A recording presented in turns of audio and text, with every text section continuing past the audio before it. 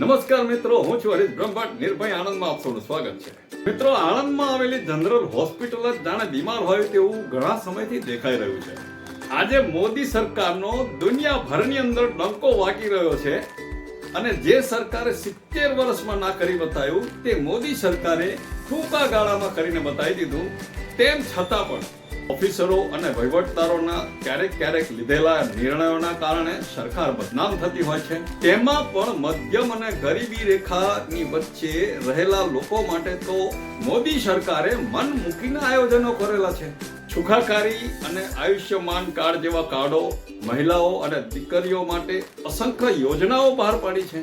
અને આ બધી યોજનાઓના કારણે સરકારે લોકોના મન જીતી લીધા છે. પરંતુ સરકારી ઓફિસરો, વહીવટદારોને મનમાં ખટકતું હોય તેવું લાગી રહ્યું છે.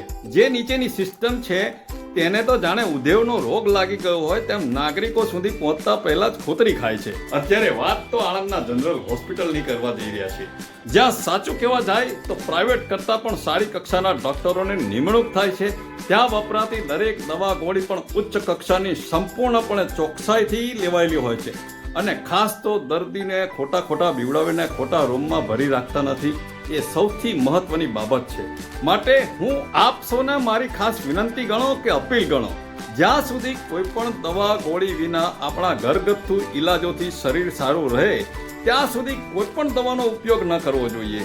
અને થાકીને કરવા જેવો લાગે તો શહેરની સિવિલ હોસ્પિટલનો જ સંપર્ક કરવો જોઈએ. તેમાં જ ચતુરાઈ છે.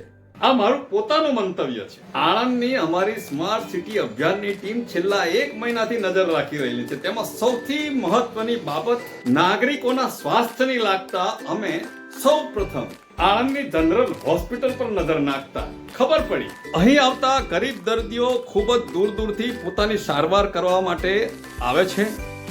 એવું માનીને આવે છે કે અહીં આગળ 5 રૂપિયાથી વધારે મારે કોઈ પણ મોટો ખર્ચ થવાનો નથી.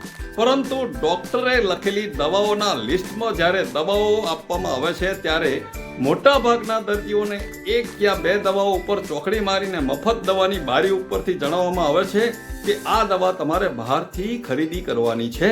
આવું સાંભળતા ત્યાં આવેલો દર્દી ઉપરથી વધારે બીમાર થઈ જાય છે, કારણ કે ભારે પડતા પૈસા લઈને નથી આવતા. તો આટલી બધી દવાઓ રોજે રોજ ખૂટવાનું કારણ શું હોઈ શકે?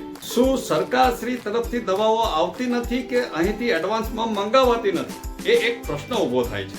આ દવાઓ મંગાવવાનું કામ કોનું? સ્થળ ઉપર હાજર રહેલા એક વહીવટદારને પૂછતા તેઓ શ્રીએ અમને જવાબ આપેલો કે આ તો ચાલે છે, એ જ બહુ મહત્વની બાબત છે. બાકી સરકાર શ્રી તો અમને કોઈ પણ જાતની બહુ મદદ કરતી નથી. અમે શું કરી શકીએ? તો શું સરકાર શ્રી અહીંની જનરલ હોસ્પિટલને ચલાવવામાં મદદરૂપ થતી નથી? તો પછી કરોડો રૂપિયાનો ખર્ચો કરીને અહીં મોટી સિવિલ હોસ્પિટલ ઊભી કરવાનો કોઈ અર્થ જ રહેતો નથી ને. આવા મોટા મણકા ફૂંકવાની ક્યાં જરૂર છે? આ એક અમને મનમાં પ્રશ્ન થાય છે. શું પ્રાઇવેટ મેડિકલ સ્ટોરોના બખા આ કારણે તો સરકારી હોસ્પિટલની બાજુ નથી પડે ને કે ત્યાંથી ચોકડી મારીને આપે એટલે અમે તરત દવા આપી દઈએ અને અમે કમાઈ જઈએ? આ પણ અમારા મનને મૂંઝવતો એક પ્રશ્ન જ છે. આપને પણ પડતી તકલીફો અને આપના મનની મૂંઝવણો નાગરિકો સુધી પહોંચાડવા માટે અમે આપની સાથે રહીશું. આપનો હરીશ બ્રહ્મભટ્ટ. વંદે માતરમ. ભારત માતા કી જય.